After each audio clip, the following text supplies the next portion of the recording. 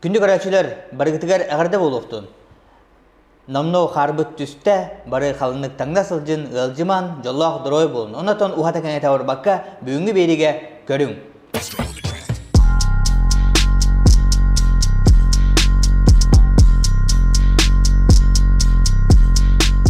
Здраво, Ася.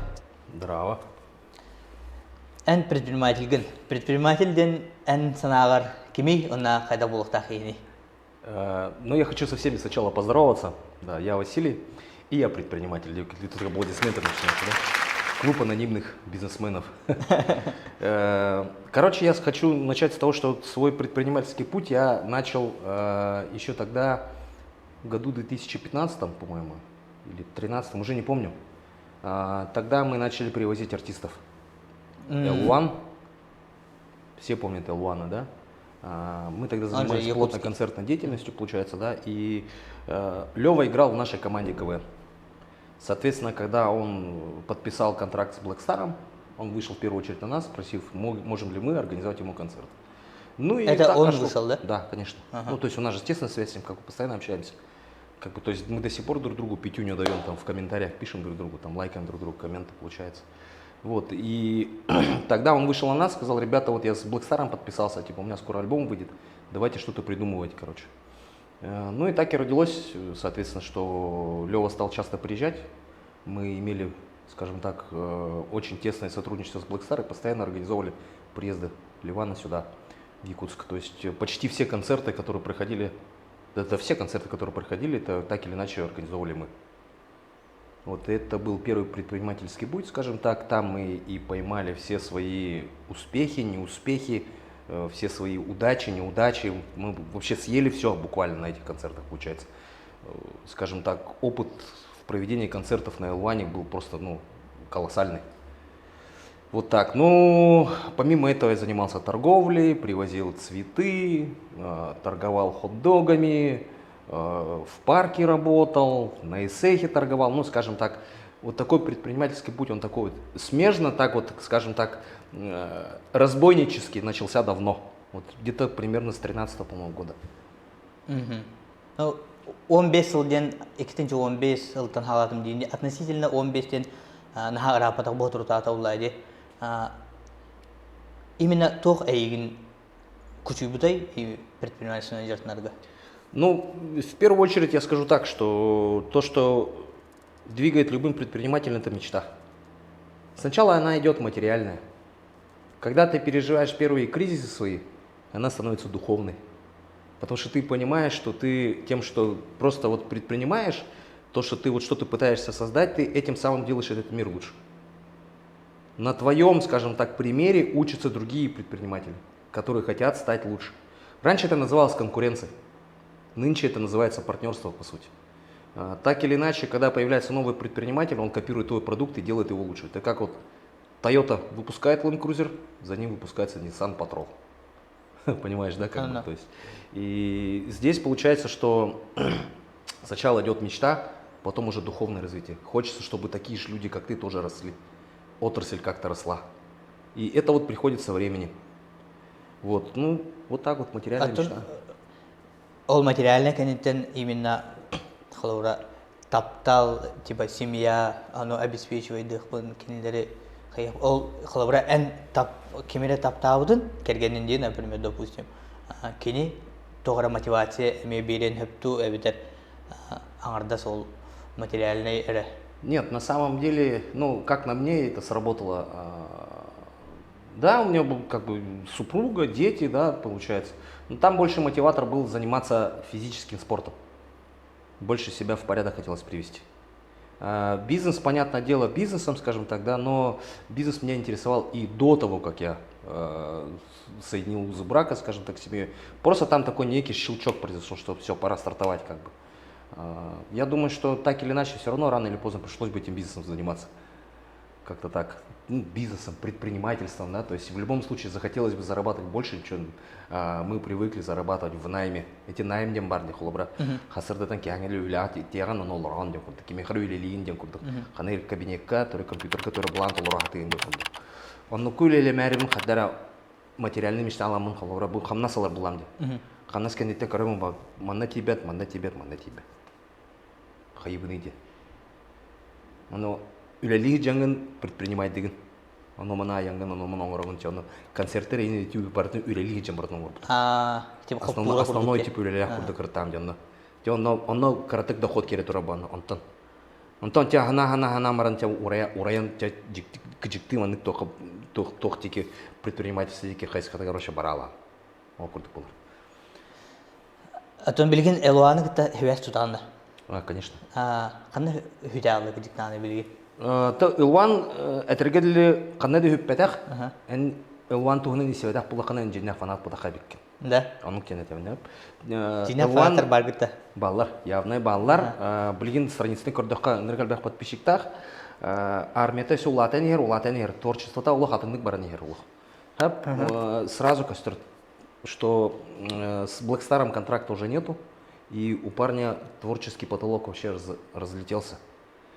За счет этого осталась вот эта попсовая аудитория вся свалила, которая там бегает просто там за какими-то попсовыми ритмами. Осталась конкретная верная армия фанатов. И он до сих пор собирает полные залы. Да, здесь, может, в Якутске он и не соберет много, возможно. Потому что, вот, скажем так, такого вот материала не набралось уже. То есть нового материала такого нету, какого-то такого попсового. Возможно, он так, ну, тот же Триумф или Дахсун, возможно, и не соберет. Но мы этого не знаем, пока не привезем. Билингин әркей ұнна кыз декаде әбітер чөйчә дяқтар кинелер толкуйдыра именно билинги уяға. Тоқ уратылақтары, чем уркуднағар. Например, ән как бы хәвеске хойуhu ұнна билинги уяны как бы достал бұлайды. Кардонде. Рожденный во времена трех эпох, да? Ну, кардон. Но на самом деле во времена Советского Союза я был маленький, но я четко вот эти вот такие грани замечаю, да, различия между поколениями. Я думаю, что все-таки во времена вот 80-х, 90-х годов, получается, люди были больше канонизированы, скажем так, как-то вот больше вот в рамках каких-то ходили, в своих каких-то, скажем так, стереотипах больше воспитаны были. Сейчас же получается, что у нас информационного голода нету, и у нас с каждого утюга льется вот это инфо-цыганство постоянное, какое-то определенное. Да, то есть, ну, ладно, не инфо-цыганство, но какая-то информация идет постоянная. Потребление информации происходит. Человек, в принципе, существо такое, которое постоянно чему-то обучается. И, скажем так, если смотреть с точки зрения семейных ценностей, то в современном мире разводов стало очень много. Согласись. Да? А разводов почему много? Я думаю, что это просто несовпадение вот этих вот установок мужских и женских. Ну, на мой взгляд, так. Мужчина достаточно холодный сейчас. Быданны кылынар саңаны эрки. Ага. Работает, постоянно работает, на работе занят. А у женщины функция как будто бы ограничена. Она как будто родила, она в декрете, и вот она как будто бы должна всю жизнь сидеть в декрете. Но вот ты представь себе, человек сидит в декрете, а ей с каждого утюга говорит: ты можешь, ты достойна, ты можешь, ты достойна. Каждую секунду вот эта информация льется. Понятное дело, что как бы мозг не то чтобы деформируется, но человек же впитывает информацию, он чему-то обучается. И от этого появляются новые амбиции. Отсюда и получается, что муж возвращается с работы, тут какое-то противодействие начинается и недопонимание. Я думаю, что здесь, наверное, все-таки должно быть понимание того, что девушке тоже нужно развиваться в этом плане. Понимаешь? А то кинелер быдан түргенек хайдалар. Да. Именно кинелер рисктылары әлбә хосту хайдакту. А то оламе бар, у мужчины, скажем так, есть вот свое любимое дело или работа какая-то. Он фокус туда кладет. И его задача заработать деньги, скажем так, да, то есть ты ранее упомянул, что его мотивация семья, вот он зарабатывает деньги, зарабатывает, приносит, а у него, допустим, сидит человек, у которого уже мозг информирован по-другому. Человек за весь день может вырасти в разы по информативной части.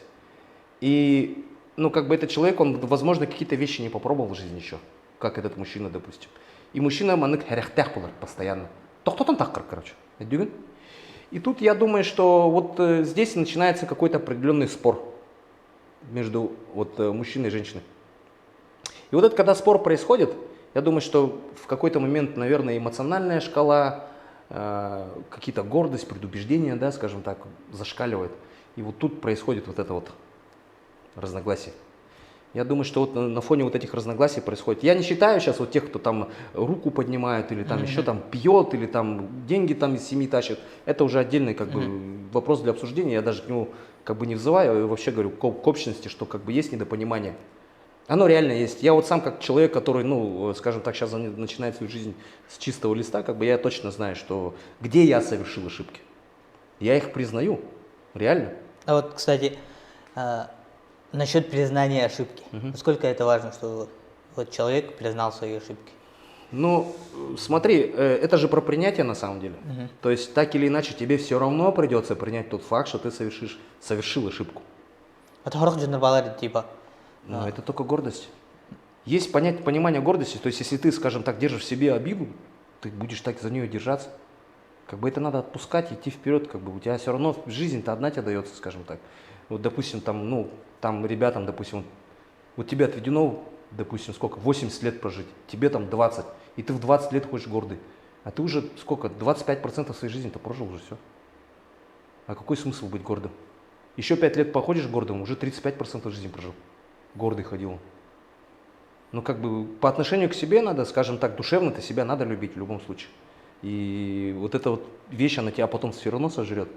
И, скажем так, пройдя свою финишную прямую, ты будешь лежать и будешь думать, ё-моё, надо было вот так сделать. А зачем эти мысли, как бы, да? То есть надо достигать постоянно чего-то.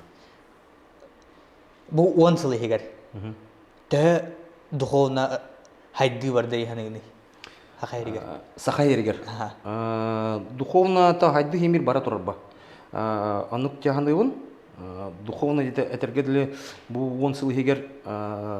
Даже если мы посмотрим, скажем так, на наш национальный праздник ИСЭХ, за эти 10 лет ИСЭХ претерпел, скажем так, значительные изменения в плане посещаемости. О нашем народе Саха узнают по всему миру с каждым днем все больше, больше, больше. Вот мы, я бы так сказал, мы уникальный этнос. Нас мало, но мы сохранили настолько сильную культуру, что мы даже, скажем так, своими вот духовными вот этим вот наследием влияем на какой-то определенный аспект, скажем так, мирового культурного пласта.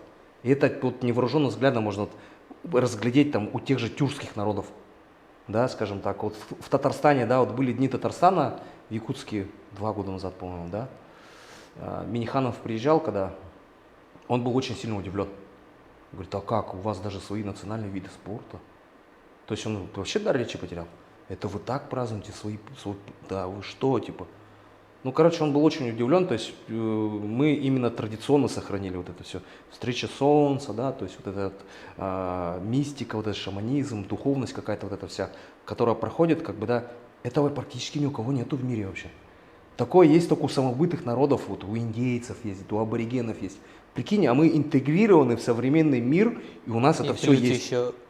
Плюс еще традиции. Прикинь, у нас есть свои золотые, на секундочку, бриллиантовые, национальные украшения. Ни у кого такого нет вообще. Cartier это что-то национальное? Rolex это что-то национальное? Нет. А у нас есть свои прям украшения, ты представляешь?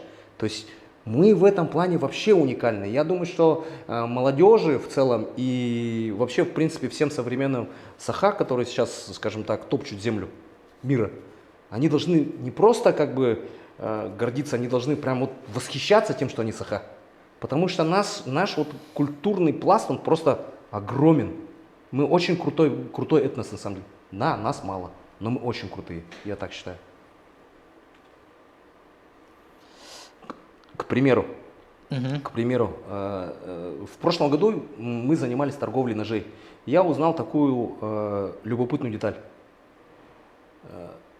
Нож, якутский нож, это самый подделываемый нож в мире. Прикинь? То есть наш якутский нож подделывает какой-нибудь комбинат в Воронеже, подделывают мастера с какой-то Суздали, из Тулы. Один в один подделывают и продают якутский нож. А так патенах водах-то? Ну, как бы у китайцев же тоже пиратские фабрики, Nike же делают, клепают, как бы. Что, патент есть? Китайцы вообще хахлы этербехи илинкебехи барды. Вот, видишь, как бы. И тут то же самое. На самом деле, когда тебя подделывают, это хорошо. А то не имею Потому что настоящий оригинал все равно ты признаешь в любом случае, да, это как купить Toyota или Great Wall. Понимаешь, как бы. Чувствуешь же разницу. Он это популяризация была, Да, как-никак да, в мире. да. Это как вот Национальная баскетбольная ассоциация в США и какая-нибудь баскетбольная ассоциация в Индии, условно говоря, понимаешь? То есть Канар оригинал, копия. истибилим типа Гуччи хмиялары валар бута. Оно хмияны оңортух фабрика кара, короче, башляет джинах товар. Правообладатель. Отчисления? Ага, кинлер, короче, разрешают касаратугу. Я думаю, что да, это такое, может быть, я допускаю такое, но я думаю, что там даже более хитро. Как бы эта фабрика, которая производит фейки, она же туда еще и оригиналы поставляет. Это все. Иногда бывает зачастую так, что типа фейк покупают, ну, типа, это что, фейк? Иногда смотрят, а у него качество лучше, чем у оригинала даже. Так тоже бывает. Как-то так. Хпатыр тоғынақ бина билигин 10 сыл игер кыжык билигин энергал бахи посещатель болады. Энергал бахи уже сахалы бәйтен национальный костюмденер хайыр. Мен булана сколон 12 лахы битер бидим. 12 лахы битер бидим. Ол хагана типа ваны гада кыргыттар деревнеттен ханжаларын короче хайырлар. Кысталар да деревнеттен ханжаларын признавайдылар. Атын бары болбатах большинство То урутан бар это, ну. Ди? Улаттар мен. Аны бар. Кадра Кыргызстан бар. Аны кыртык уже нучалы хаңараган инде. Ди? Аны бар это. В смысле? Эне көрөжү. Оны бу 10 сыл ден кып кырки булай. Бу егер жесткое изменение. Блин уже кыргыттар. Фотолут, пласт фотолут. Деревняга наоборот тахаллар сирасты бартын аны инстаграмга көрдүрөлөр бе оттут хайып.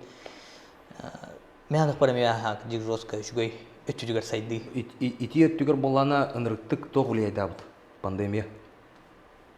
Де. Ага. Мы дома сидели, сколько, в заперти почти полгода. Потом нас выпустили, потом нам дали эти 1,5 метра, там постоянно нас на поводке держали же. Сколько? Год-полтора держали на поводке. Тусоваться не давали, ничего не давали же вообще. И у нас стрельнул нереально внутренний туризм. Вот после пандемии, вот домики для отдыха просто как грибы повырастали вообще. Внутренний туризм просто получил просто прорыв какой-то нереальный. И молодежь прям ринулись на природу отдыхать, там в деревне ездит, еще куда-то ездит. Им стало интересно вот внутренняя часть обитания. То есть если, допустим, сейчас я как встречаю, вот есть у меня друг Витя Нифонов, вместе с ним тренируемся, получается. У него есть прикол такой, он говорит, типа, я, говорит, сыну, говорю, возвращайся, говорит, в Якутск. В Якутск возвращайся, а он у себя в Вилюйске. Возвращайся, говорит, нет, говорит, там, говорит, скучно. Это как мальчик живет, ну, по сути, как бы в Вилюйске. И он говорит, что в Вилюйске веселее, чем в Якутске. Чувствуешь, да, разницу? То есть как молодежь уже воспринимает?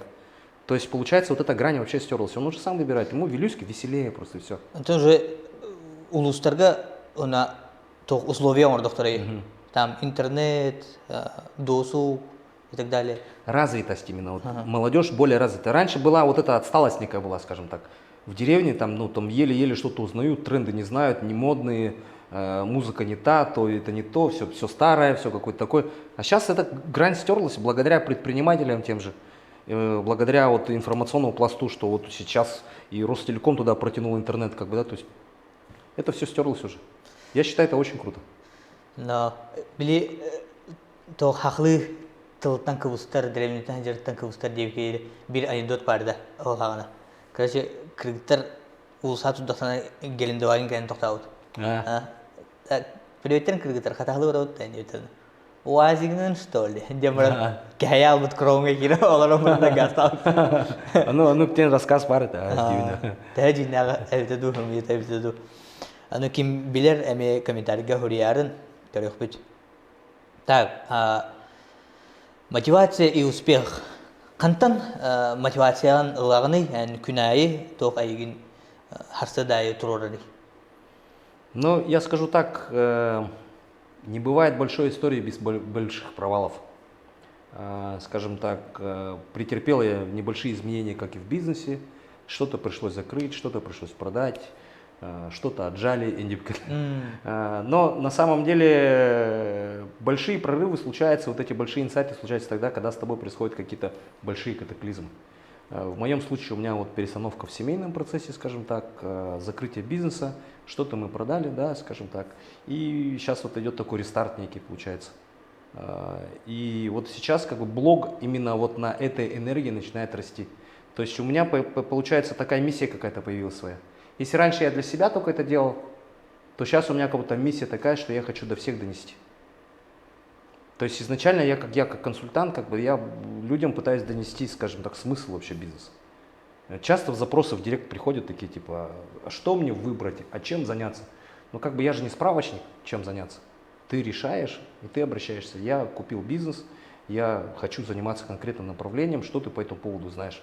Я смогу на эти вопросы ответить вообще 100%. Но другой вопрос, просто когда человек еще не знает, чем заняться, как бы, да, ну вот такие вот вопросы он задает. Как бы. Но это опять же тоже нормально. Вот. И мне на самом деле очень хочется помогать именно в этой стезе. Это более духовно, что оно было, Да. Кини да. профессиятын талаханга болбакара, кини более духовно хайдыргар. Да, но вот смотри, получается, вот блог сам, да, вот мой, он прирастает ежедневно, да, там на какое-то количество подписчиков, да, и вот этот медийный материал, который пишется, он пишется каждый день. Вообще каждый день я что-то записываю, каждый день я что-то воспроизвожу. Бывает в день и по 3, и по 5 рилсов мы делаем, как бы прям готовые к производству. На даты раскладываем, когда что выйдет, получается. То есть работа вообще не прекращается. То есть, если, чтобы вы понимали, сегодня у нас подкаст в 8 утра, я заснул в 5 сегодня. Вот, поспал 2 часа, приехал, сейчас у меня опять встреча, еще что-то будет, да, то есть пока энергия есть, надо ее как бы, ну, использовать. Наверное, я приеду домой там в 8, опять вырублюсь, ночью опять проснусь, ну, то есть как-то так, то есть пока так. Спорт кайда влияет күнгер на продуктивность? Раньше, смотри, я к спорту как относился вообще? То есть, ну, то, чем я занимаюсь, это тренажерный зал. Физкультура для взрослых, по сути. Да, то есть это поддержание себя в физической форме. Просто бытчинг это круто понятие. Да, раньше было это все для себя, опять же. Да, как-то вот для себя. Но и сейчас это все остается для себя. Но другой вопрос, что тогда как бы ты идешь за каким-то внешним эффектом, и ты его нету. Потому что ты смотришь на себя в зеркало и думаешь, что тебе мало. Хотя, по сути, ты уже внешний эффект получил когда-то. Я сейчас на свои старые фотографии смотрю и говорю, да я так-то неплохой форме был, оказывается. А я был все время недоволен. Сейчас, понятное дело, что как бы не сравнить с тем временем, как бы, да, прогресс какой-то вообще произошел какой-то феноменальный. Но все почему? Потому что это появилась вот такая перманентная дисциплина. То есть спорт в первую очередь дает тебе дисциплину. Это, знаешь, это то, чем на самом деле физическая нагрузка, ее всегда не хочется делать. Что-то перетаскать, что-то утащить. Я наш сюраджан такая не хлопра. И вот благодаря спорту вот это вот вообще исчезло. Вот, скажем, боязнь физических нагрузок, она вообще исчезла абсолютно. Просят что-то перетащить, у меня в первую очередь в голове родится так и так. А как это перетащить? Чем это поднять? Руками я смогу поднять? То есть такие расчеты идут. А не так, на кого будет эту работу слить? Пусть кто-то другой таскает, как бы, да? То есть у меня в голове такого механизма нету. Но опять же, в бытовом плане это очень сильно помогает. Как бы возраст уже не детский, скажем так. И в бытовом плане как бы это помогает. Поэтому всем, кто, скажем так, просирает свою молодость за пивком, советую сейчас прямо бросать пивко. И за компом. Начинайте хотя бы чуть-чуть что-то делать. Но, конечно, занимайтесь физическими видами спорта. Не говорю, что бег это плохо. Не говорю, что кардио это плохо, но в целом занимайтесь именно, качайтесь, чуть-чуть кроссфит, чуть-чуть где-то борьба, ММА. Вот. Но больше вот аспект давайте физическую нагрузку, потому что как бы в жизни именно простой физической нагрузки много всегда. Драться вы не каждый день будете, скажем так, если вы не драчун. Бегать, наверное, тоже каждый день не будете, если вы не бегун, да. А вот именно простые, обычные физические нагрузки, там, с 4 пакетами из машины прийти, я не знаю, там, диван выгрузить, там, холодильник передвинуть, там, еще какие-то вещи, как бы, вам физическая сила здесь нужна. Вот. Хотя бы для этого надо ходить, посещать просто тренажерный зал. Онотон ки жартынан халатагана, күнүн жартынан халатагана, жоскаманы бодрай, или эккер хангар кислород эрген, уже толкуйдурун сибехей, тог болар де. Онда ки кыжык залга баррын руска хыражы битамыстан. Амыстан бода, сырай. Хыражы мин блан халора руска хыражы мин барагун. Тока хыражы мин барагун.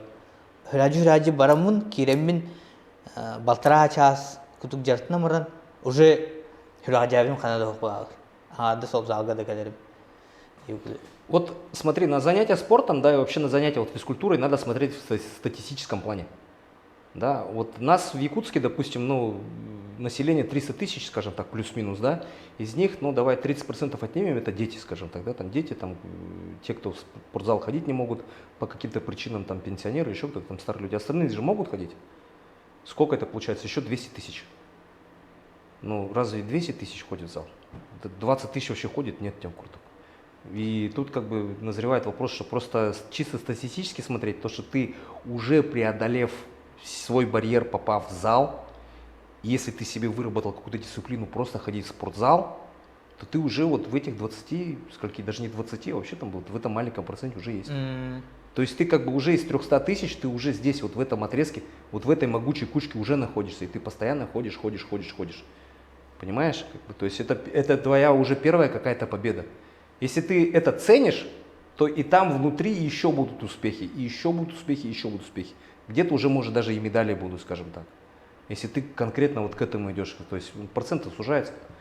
Вот. Поэтому в этом плане как бы надо ни в коем случае вот это себя как бы не обесценивать. Че все в спортзал ходят. Да нифига не все ходят в спортзал. А так, будан әлбәттә вот чем он салонрать тут мир же. Ну это же тренд. Как бы, то есть здоровый образ жизни тренд, как бы, да, то есть раньше как бы и сигарет меньше было, и курящих на самом деле тоже было меньше. Сейчас и курящих больше, и сигарет больше, клубов больше, пьющих больше, соответственно, и спортсменов больше, компьютерщиков больше, да, всего больше сейчас как бы. Поэтому, соответственно, пласт вот этих спортсменов, он тоже увеличится в любом случае. Все в равных пропорциях увеличивается, скажем так. Я думаю так, что как бы всегда будет какое-то равновесие. Где будет много спортсменов, там и будет какой-то определенный процент тех, кто не будет заниматься спортом, и более того, вообще будет пагубно влиять на свое здоровье. Духовно развитый кейен, энкорюгер, когда улухтав. Духовно развитый человек, я считаю, это тот, кто дает больше, чем просто, скажем так, ну, больше, чем просто свое физическое какое-то присутствие, компанию какую-то. Рядом с духовным человеком ты сам растешь. Ты чувствуешь свой рост. Да, вот бывает же так, когда ты, допустим, в университете учась, тебе импонирует какой-то умный преподаватель, профессор. И ты ему задаешь вопрос. Боишься, стесняешься, задаешь этот вопрос. Он смотрит, понимаешь, что ты, ну, так глупо его, возможно, сформулировал, да, но он тебе классно отвечает на него. И ты чувствуешь, как этот ответ в тебя заходит правильно. Вот именно вот я считаю, что духовно развитый человек – это тот, который способен тебя в моменте уже начинать взращивать как человека. Когда ты к нему обращаешься просто с любым вопросом, и он тебе отвечает, и там, может быть, даже какими-то метафорами или афоризмами какие-то отвечает, то ты уже конкретно понимаешь, что человек-то, оказывается, вон с каких ракурсов смотрит на проблему. Да? Вот мы же как люди, то есть у нас же вот зрение, вот все, что вот мы видим, особенно в молодости мы только вот это видим. А человек, скажем так, со стороны видит еще и сбоку проблему. То есть он более трехмерную эту проблему видит, скажем. А то, когда вот задаешь вопрос, эрдеттен бәйін все білағым, ты типа, примерно мандык дира, явно мандык дира было. Ну, ожидаешь такое. А оказывается, вот этот человек, он с этой стороны все корректирует. Да, он ну-ка. Олен, блин, эдер предпринимательдер көрдік қана, бара мұны қадыр успехтақ, ары успехтақ предпринимательдер, эдердер, контейнер үйренметтер, ылыналар. Әйдігін, үшедегі үйренен бараны, үшедегі ылынан бараны знания свои применяет. Вот у них хорошо получается. А тот, кто не слушает, тот, кто гордый ходит и говорит, не, я все сам, он на месте топчется. Я сам с этим сталкивался лично, как бы я это прекрасно понимаю, что это такое, когда ты на месте топчешься. И ты прикинь, ты 10 лет ты думаешь, что ты правильно делаешь, или там 5 лет думаешь, что ты правильно все делаешь, а у тебя прогресс, оказывается, зиру. Ганька, там Димка, не знаю, Вовка, там, не знаю, там Сашка, все вместе стартанули. Там, ну да, там у кого-то не получилось, и ты почему-то начинаешь себя сравнивать, у меня-то получилось. А в этот момент не видишь, как бы, что другие Димка, Сашка, там Ганька стрельнули, вообще там улетели вверх. Поворачиваешься, они уже... А ты на месте топтался и пытался себя сравнивать с тем, у кого не получилось. Странно же как бы. Ну, как бы, с одной стороны, как будто ты себя успокаиваешь, как будто у тебя все получается. Ну, самообман. Да, но я считаю, что здесь надо, наоборот, смотреть у тех, кого получилось, скажем так, да. То есть это принцип этих 5 миллионеров. То есть если у тебя в окружении 5 миллионеров, ты будешь 6-м. очевидно. Бирге төрөбүт каскыты, уна семьян туунан. Ну, семейный вопрос у меня такой. Я вообще единственный ребенок. Ага. Рос у мамы. Отец ушел от нас, когда мне было 4 года. Вот, ну, связь я с ним имел с малых лет, как бы, да, то есть он прям так не ушел, но ушел. Вот. Мужских примеров у меня было достаточно для подражания, в принципе. Вот. Как водится, в поздние 80-е годы мама много работала. Я учился, скажем так, то есть все достаточно стандартно для детей того времени, скажем так. Информационного поля у меня не было, я был воспитан на улицах, на гаражах, на старшаках, на братьях, скажем так, да, то есть вот это все вот так там это все обкатывалось. Я не говорю, что я там где-то там в плохих компаниях рос, как бы еще где-то, но очень активно у меня молодость, очень активное детство у меня было, как бы я дома не сидел практически вообще, по сути. Вот, ну вот, воспитан мамой. Ким эйгин вдохновляйдыр этой, уна ол кимяха таңнахат, кумирин, кимяха таңнахат иритигни.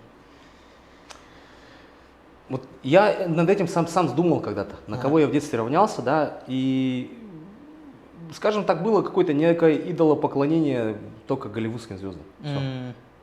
Ну это у всех, наверное, да, было. у всех было. Брюс Ли, Сталлоне, Шварценеггер, там, я не знаю, там, кто там был, Ван Дам, да, то есть, но это же было только такое временное идолопоклонение, я понимаю, что ты все равно, то есть, ты к себе как бы обращен.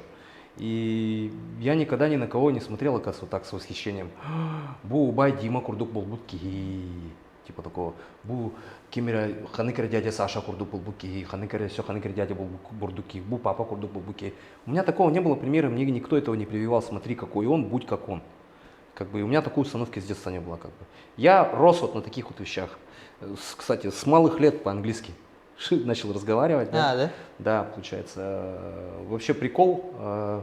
Первая моя методичка была, я приходил к своему братишке, у него была видеодвойка на тот момент, ВХС, и у него был единственный фильм «Робокоп 2» на английском языке.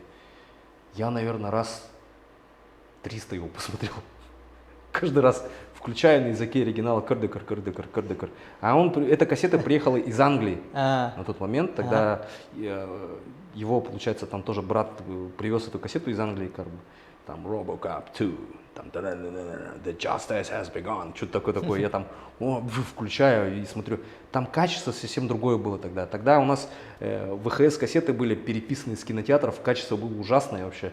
И он Columbia Picture представляет. Вот такие вот, да, как бы. А тут прям чистый звук шел, я прям кайфовал вообще. Там My name is Alex Murphy, да, то есть и такие вещи. Я вот очень много таких вот вещей в себя вкопировал, получается.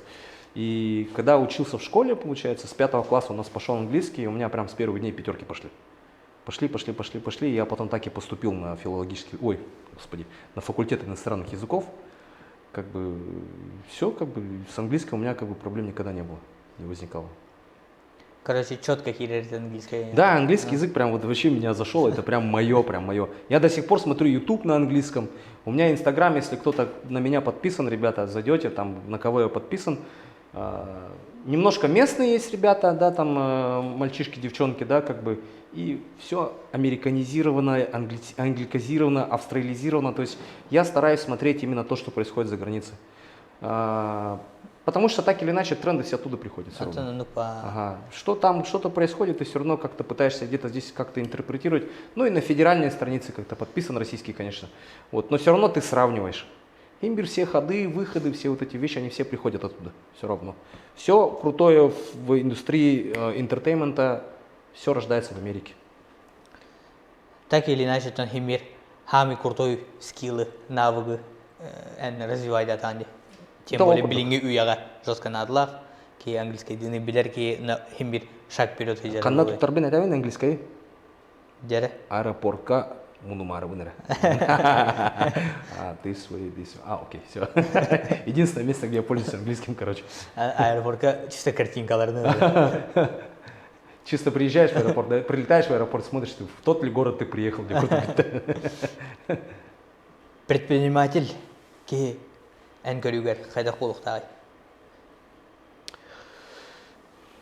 Предприниматель, я думаю, что, на мой взгляд, это человек, который с тягой создавать, в первую очередь. Это созидатель. Это человек, который создает рабочие места, человек, который платит налоги, человек, который несет ответственность за свой рабочий коллектив, человек, который, опять-таки, духовно, скажем так, заряжает своих подопечных, подчиненных, да, получается. То есть я считаю, вот это и есть настоящий предприниматель, у которого есть цель дальше, чем работает компания. Вот он, допустим, торгует зерном или там торгует там хлебом, но его цель построить в своем городе стадион. Вот это предприниматель. Это круто. Я знаю ряд предпринимателей в Якутске такие, у которых очень такие большие цели, как бы, да. Они идут, они почему, скажем так, даже и успешные, потому что они работают ради этой цели. И их бизнес процветает только потому, что они этот бизнес раскачивают ради этой цели. И эти цели на самом деле очень большие. Не буду говорить этих предпринимателей, не буду их прям так называть по именам, как бы, да, но цели очень крутые, связаны с благотворительностью, связаны с, как-то, с филантропством, да. Есть предприниматель, который очень прям перевыполняет план, чтобы помогать ребятам на СВО, да, то есть он со слезами на глазах прям сидел и говорит: моя задача сейчас поставить энное количество там каких-то запасов на СВО, как бы, так что меня не трогайте, то есть его задача такая.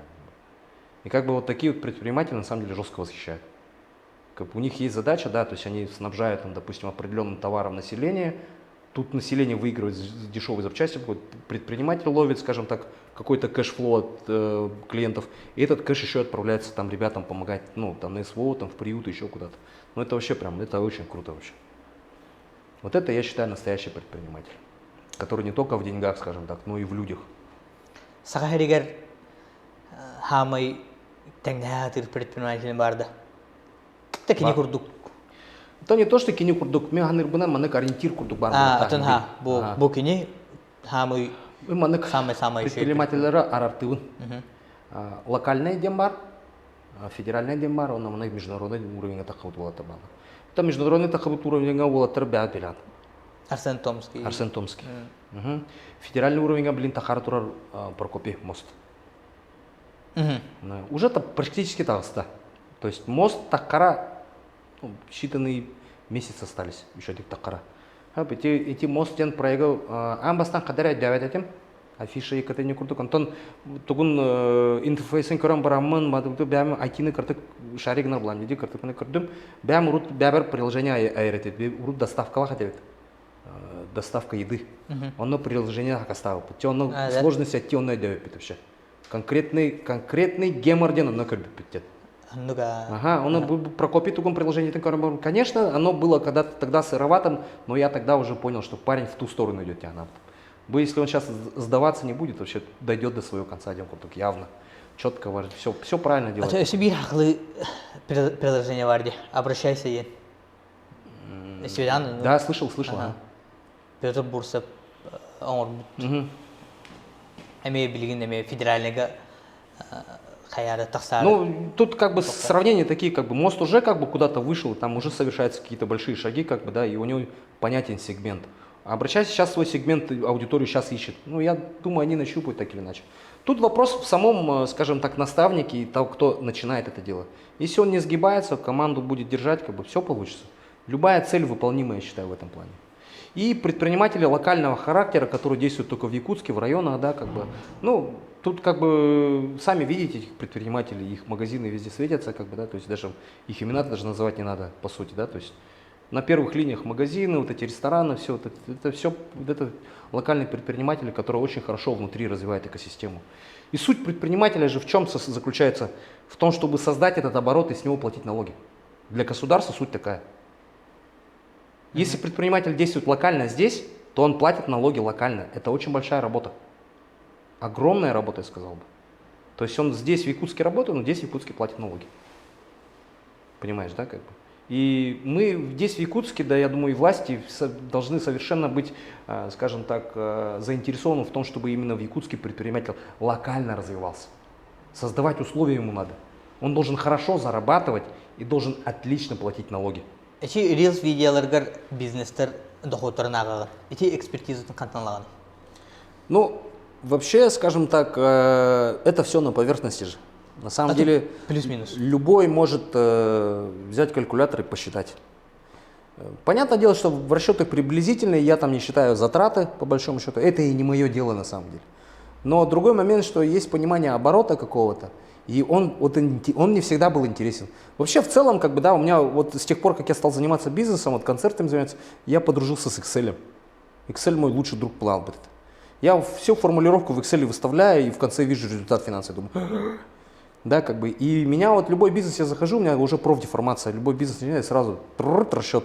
Столики вижу, посадка такая-то, в полную посадку сколько зарабатывать, по средний чек сколько, сразу бортна ханкерам бараманок. И тут получается, что я вот эту формулировку начал на свои видео просто ставить. Что если так, что если так. У меня было видео про похоронный бизнес. Я его тоже хотел вот так вот рассчитать по Excel, но прям когда уже сидел, считал его, получается, во время вот записи на диктофон уже, я прям там передумал. Прям на месте говорю, ну пусть кто-то другой считает, как бы. Ну, как бы, есть такой бизнес, и я почему-то, ко мне в голову пришла, ну, что если так, от моего вот этого видео родятся люди, которые захотят заниматься похоронным бизнесом. Ну, это глупо. Это не хайповый бизнес. Я еще сначала, когда посчитал, рынок огромный на самом деле, вот похоронного бизнеса, он очень вообще огромный рынок. Я посчитал, вот статистику, которую смотрел, как бы, ну прям, ну, прилично так умираем, скажем, прилично людей погребается в этот момент, а компаний-то совсем немного. Я думаю, а если у этих компаний появятся конкуренты, а зачем? Тогда кто будет качественно делать услуги эти? Похороны должны быть качественные, это последний путь человека. Если, не дай бог, туда какой-то спекулянт залезет, ну что это такое-то вообще? Вот, поэтому как бы здесь я как бы этот момент оставил. Но вообще вот это у меня тема как бы расчета бизнеса, она всегда в голове вот так крутится. Плюс-минус, плюс-минус, плюс-минус. Это я первые такие вот моменты научились, вот пошли в концертах, но до этого, когда я работал в строительной фирме, мы расчет делали по свадебному полю. Это получается, сколько мы литров солярки потратим, сколько мы заложили на покупку буровой, моточасы, часы буровика, расчет делали, там такая шикарная прибыль вылазила просто вообще. Ну вот, короче, и вот оттуда у меня уже пошло интересно, если вот так все считать, как бы. Вот. Оно-то похоронное, а гаргар дагана били хахаволорын быхитнан эми хадара ис токара бар этаду. Нет, ничего личного, это же бизнес. Такого У меня расчет его есть. Бизнес. Я конкретно посчитал рынок, я конкретно посчитал, сколько каждая компания может зарабатывать в год, скажем так, на похоронном бизнесе конкретно, не считая поминального процесса. Но я не стал это вообще вот так вот калькулятор открывать и там вот это все показывать. Ол ну устан видео оңран тахар батакын. Тахар батакын, ну хадырахнам хадыра, не то один такой. Ну вот именно за счет качества похорон как-то испугался. Нет, лучше вот те вот занимаются, пусть они вот, они не зря свой хлеб получают, пусть все будет качественно, хорошо, как бы пусть так. Лучше пусть вот какая-то некая каста людей будет на этом зарабатывать, как бы, да, если они хорошо это делают. Это нормально. Ну, пускай делают. Ну, алкурду хадыра. Чем кто-то будет появляться, там, бежать в этот похоронный бизнес, там, оказывается, деньги есть, грязь. Но, скорее всего, механик пар нучалар үлілері болу, да? Более бұдан әлбәқ. Сақаларым евал. Валары, да? Твой успешный бизнес, то есть первый успешный бизнес? Первый успешный бизнес, но я не знаю, как вообще в целом как бы формулировать слово успешный бизнес, но, наверное, это, если так уже смотреть, как проекты надо рассматривать, понятное дело, что это концерт. Да, когда ты на концерты зарабатываешь какое-то определенное количество денег. И это не значит, что ты сделал, как бы, ну, измеряешь заработанными деньгами. А в целом, как бы, как ты себя чувствуешь внутри этого процесса. Вот мы первый концерт, когда сделали, мы, получается, заработали, пошли себе там по айфону купили, это все, что мы заработали. Как бы. Но мы и не преследовали больше. Мы на этот момент были так счастливы. С 6 айфонами сидим после концерта. Прикинь? Такие, вау, круто, еще сделаем, да, еще как бы. И как бы вот это и есть успех. Успех, он не определяется конкретно размером денег или материальными благами. А тут именно яха. Ну вот, я вот про это и говорю. Это вот первые концерты наши успешные, когда вот мы хорошо попривозили, скажем так, и вау, то есть как бы драйв ловишь на этом. Как бы. Вот это, я считаю, есть успех. Когда ты чувствуешь его именно вот внутри, вот драйв появляется. Хоть там $1 000 000, хоть там 100 тысяч рублей, там, где хоть просто айфон, где ты хотя бы с концерта выиграл. Это вообще круто на самом деле. Само по себе вот это движение, вовлечение, скажем так, а там же с тобой же вместе еще люди работают. Вот эта энергия, которая рождается, это и есть успех на самом деле. Вообще, как бы, ну, я вот так, у меня формулировка про успех такая. Успех штука такая, она в аренду приходит. Каждый раз надо эту аренду продлевать. Не продлишь, Чем-то платить. Да, да. Успех штука такая, она только в аренду, она не покупается в собственность. У меня, кстати, есть пост в Инстаграме прикольный такой, ну, то есть я это как-то так формулизировал, как бы и запихал, если не поленитесь, вниз спуститесь по ленте, посмотрите. Ну, тут покажем. Да, давайте. Так, концерттары өсө атын кораттарга оңора жутун. Да, тут есть такой момент, как бы это определенные риски, как бы, но этого бояться не стоит. То есть, как бы провести концерт в другом городе точно так же, как здесь, даже легче, я бы так сказал. То есть, как бы там, как бы здесь ты как бы работаешь больше со связями, скажем так, да, там через какие-то знакомства заходишь на площадки какие-то определенные, да, там, то есть ищешь какие-то входы-выходы, да, то там ты просто приходишь и голосуешь рублем. Здрасте, вот 100 тысяч, предоплата, такую-то дату, давайте забронируем. Все, договор сразу же на месяц заключили. Все, улетел обратно, запустил в продажу билеты через определенный ресурс. Через месяц вернулся, проверил, как у них все происходит, посмотрел, как рекламная кампания идет визуальная, проверил еще рекламные носители, нанял местного промоутера, который за какой-то определенный процент все делает, все. Через месяц еще раз прилетел, как бы, да. Но понятное дело, что когда ты вообще любой концерт планируешь, особенно если это в другом городе, должен быть срок какой-то. Вообще, ну, как бы, ошибочно делать концерт, типа за месяц тебе предлагают артиста, и ты такой за месяц пытаешься на нем заработать. Лучше отказаться от этого. Вот, поэтому в другом городе это должна быть строго спланированная вещь, как бы, хотя бы там за полгода ты уже должен знать, что ты в этот концерты будешь делать в этом городе. Как бы. Тогда это да, это стрельнет. Қаны артистерге үлләһә жукны. Именно российская. Ну вот мы работали с Элваном, Егор Крид, Тима Белорусских, Федук. Будучи в Европе тоже там, скажем так, большая плеяда там ребят приезжала, почти весь Black Star через нас проехал. Дони Топор, там, да, там вот эти все Скруджи, да, то есть все, что Black Star как бы катал, мы всех возили, получается. Потом Тима Белорусских, нашумевший концерт, который так и не состоялся, LJ. Это тоже наших рук дело, как бы, да, то есть было продано просто умопомрачительное количество билетов, которые я лично сидел в кассе, потом на следующий день возвращал после отмены концерта, да, как бы. Огромные убытки мы терпели на этих моментах, просто на тот момент, когда вот мы тогда деньги занимали под залог же своего имущества какого-то определенного, то есть это же тоже риски получается, и мы теряли огромные деньги на это. Я, кстати, не держу зла сейчас на тех, кто был против этого концерта, ребята, у вас своя правда, у меня была тогда своя правда, как бы, да. Вот, в общем, как бы терпел убытки, как бы, ну, это риски, как бы, это нормально, по большому счету, если так подумать. То есть я же сам это выбрал. Вот, и что еще было, кроме LJ у нас еще, что еще было? Ну, вот Тима Белорусских сказал.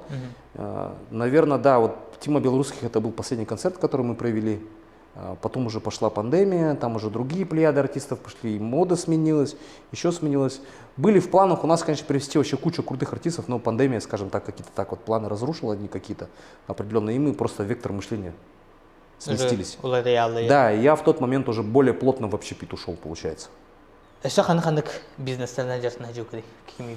Но вот плотно я работал в общепите. Скажем так, очень сильно я там набил кулаки в этом общепите, получается, считаю себя одним из лучших экспертов в Якутске по запуску точек быстрого питания, служб доставки, кафе, еще чего-то, скажем так, такого быстрого, скажем, да, то есть консультирую в этой части, получается, людей, которые желают этим заниматься. Не самая легкая ниша общепит, скажу так, деньги в ней есть, деньги в ней достаточно быстрые есть, но если вы ищете там какие-то огромные денег, там их нету. А то их вообще может и не быть, как бы, вот, то есть, как бы, ну, этим общепитом я, скажем так, достаточно большое количество, скажем так, каких-то материальных вещей просто себе смог позволить, ездить, жить, скажем так, неплохо, вот. Не скажу, что это самый успешный бизнес, потому что в нем энергии было не так много, как на концертах, вот, хотя денег вроде бы как бы стабильных и больше, как-то так. Билигин и Ники Бландерн. Ну, план очевидно, это развитие личного блога в любом случае. Сейчас важно освоение других платформ, Весь материал, который залит в Инстаграм, он будет заливаться полностью в ВК. Попробуем залить еще в какие-то общественные сети, скажем так, чтобы люди тоже могли это все видеть. Ну и будем осваивать потихонечку YouTube тоже. Вот. Хочется, конечно, больше вещать, как бы больше охватывать. Понятное дело, что это будет больше структуризироваться, должны появиться, наверное, ассистенты какие-то, операторы свои какие-то должны быть, кто-то должен будет заниматься монтажом, то есть это, скорее всего, перерастет в личный продукт, в личный продакшн какой-то перерастет. В планов очень много, на самом деле, именно в развитии вот личного бренда получается, в части как развитие не только меня, а вообще в целом как бы понимание вот этого всего, как бы, да. Ну и понятное дело, что в твердый бизнес я тоже иду. Это однозначно, да, то есть сейчас мне такие интересны такие направления, как товарный бизнес, и в общепит я все равно буду возвращаться, так или иначе, потому что, ну, как бы есть определенный ряд причин, по которым я хочу все-таки общепит освоить еще сильнее, еще мощнее, как бы, но уже, скажем так, в более долгую историю. Тох ирахана лахны, багахана, мечта. Мечта? Мечта. Но вот если раньше я более материально мыслил, сейчас, конечно же, все это как-то более духовно. Я хочу, чтобы у нас было сообщество молодых, здоровых, здоровомыслящих, амбициозных, понимающих проблематику окружающего мира предпринимателей, которые хотят не просто себя развивать, а развивать вот друг друга. Чтобы у нас не конкурентное море было, чтобы мы могли как вот одна большая армия коллаборировать и развивать свой город, и не только свой город. Чтобы мы могли влиять в принципе на процессы, которые будут меняться в этой жизни благодаря нам. Чтобы жизнь улучшалась в первую очередь с движения нашего вот этого сообщества. Вот это вот очень круто было бы. Вот за это я бы готов был бы положить много лет, скажем так, своей жизни, чтобы вот это сообщество выросло, и потом даже после того, как я уйду из этого мира, это сообщество дальше продолжало работать. Это вот прям вот эти мысли прям вообще греют вообще, прям, ну нереально. Это вот прям очень нравится вообще. Тох история была жудай артисттер. Вот, кстати, да, хотел как раз рассказать. Но имя не буду говорить этого артиста, но артист достаточно такой известный, и он баловался сильно действующими веществами. Короче, это вот мой коллега рассказывает из города, другого города, получается, рассказывает, типа, говорит, все, проводим концерт, все, раз, бабах, полный трешак, вообще там, как он в то время было, говорит, бенгер, пушка, да, там, все там, разрыв полный, вообще полный солдаут, там, бабок немерено, все круто, все сделали. Артист такой, все, я к себе в номер, там, всю свою команду беру, все, ко мне в номер погнали, типа, и погнали в номер, короче. И этому промоутеру говорит концертному, который его провезил, говорит, Ромаха, короче, подтягивайся, потом увидимся, типа, да, подтягиваем, подтянусь. Она, ол халая лади после концерта. Дедигер тебе душтанов ты ялбут. Короче, посреди ночи звонок. Незнакомый номер. Ага, это с гостиницы звонит. Роман Константинович, вы в курсе, что так нельзя делать, так некультурно и прочее? Он вообще не понимает, что происходит. А что вы звоните? Вы вообще, собственно говоря, кто? Что вы хотите от меня? Он говорит, вот тут такая вот фигня, ваш артист тут на дебошире. Он такой, ё-моё, что там произошло, Диана? Короче, садится в машину и летит, короче, в эту гостишку, приезжает в гостишку. И говорит, да, вот идите, поднимитесь, посмотрите, что там, короче. Заходит в комнату, короче, там вообще просто как в мальчишной Вегасе произошел, короче. Такой трэшак вообще, прям трэш. Дверь от холодильника оторвана, короче. Все эти, эти оторваны, эти, как из шкафа, вот эти этажерки все повылетали, короче. Шампанским разбрызгано, бутылки разбитые, короче, вообще жесткий трэшак устроили, короче. Дан Тайдерона говорят, в соседнем номере Керема к телефону в виде запись Коглубы. Конкретный трешак устроили, короче. А он, короче, вышел в такой, ну, скажем так, не в большой в плюс, но нормальный плюс вышел после концерта. И говорит, что ты думаешь, что я с этим плюсом сделал? Что я, говорит, вот этот ремонт комнаты делал на весь плюс. Короче. А в договоре было не прописано, оказывается, вот этот пункт. Что, типа, за то, что там артист сделает, накосячит, как бы ответственность несет организатор. Вот это была тема вся как бы зафиксирована, и не было прописано, что артист сам несет ответственность. Ну, они там вообще разбирались долго-долго, в итоге Ромаха просто забил на это все, говорит, больше его возить не буду, говорит. Но он все равно его потом в итоге привез, но держал уже его на поводке, это, короче. Но жесткий артист, конечно, публику просто разнес в щепки, но вот и Ник шоу рубит, короче, я, говорит, не знал, говорит, типа. Говорит, просто вообще в щепки номер разнес, типа, вообще. И трики это вообще номер, говорит, алыры вообще. Как будто улахан манек төре алкогольда кырната барак батырып курды. Брастал бутыр, резкий триал бутыр, типа, короче. И всю хату, всю разнесло, короче, он заходит, ё-моё. Били, кем курдук, били, флорайдер это. Били, мальчишник Вегасе кино барут-то. Вау, сразу в голове заиграл, говорит, ё-моё, короче. Вот это было, конечно, очень трешово. Он музыка раздел. Говорит, сразу в голове Флоурайда заиграл, говорит, ё-моё. Еще Кимера Маны Рахтан Карамает, о, Ромаха, здорово. Вообще. Жестяк, короче. Они вообще никто ответственности не несет, они просто с ним прилетели. Все, говорит, блядь, вообще. Еще, типа, по бабкам, сколько там вышло примерно? Не знаю, ну, приличная сумма, там, кровать, все, что было, все разбили вообще. Мебель все новую покупали, ковры новые стелили вообще-то. Эти прожгли там все, это вообще там жестяк, короче, произошел. Как в американских фильмах вечеринка была в Иглах. Эдер четко багана. Ну, я, наверное, разделю такой момент, да. Если ты молод, обучайся. Потрать свою молодость, скажем так, на развитие.